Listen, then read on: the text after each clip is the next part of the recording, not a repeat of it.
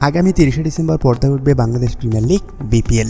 বরাবরের মতো এবারও টি স্পোর্টসের পর্দায় বিপিএল এর আনন্দে মেতে উঠবেন সারা দেশের ক্রিকেট প্রেমীরা।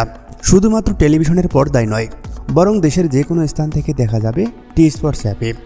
এই তথ্যটি ক্রিকেট প্রেমীদের মাঝে ছড়িয়ে দিতে বেশ অভিনবভাবে নিজেদের প্রচারণা করল দেশের একমাত্র ক্রীড়াভিত্তিক চ্যানেল টি স্পোর্টস, যেখানে ছিলেন ভারতীয় টেলিভিশন চ্যানেল রিপাবলিক বাংলার সমালোচিত সাংবাদিক ময়ূখ রঞ্জন ঘোষ।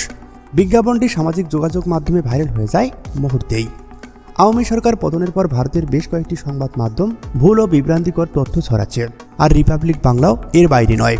বিশেষ করে সংবাদ মাধ্যমটির সিনিয়র এডিটর ও হেড অফ ইনপুট ময়ূখ নাটক ও উপস্থাপনা অনেকের কাছে হাসির খোরাক।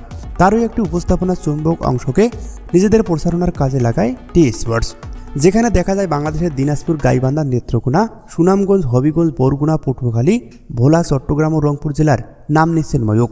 দেশের যে কোনো প্রান্ত থেকে বিপিএল দেখবেন টি স্পোর্টস অ্যাপে।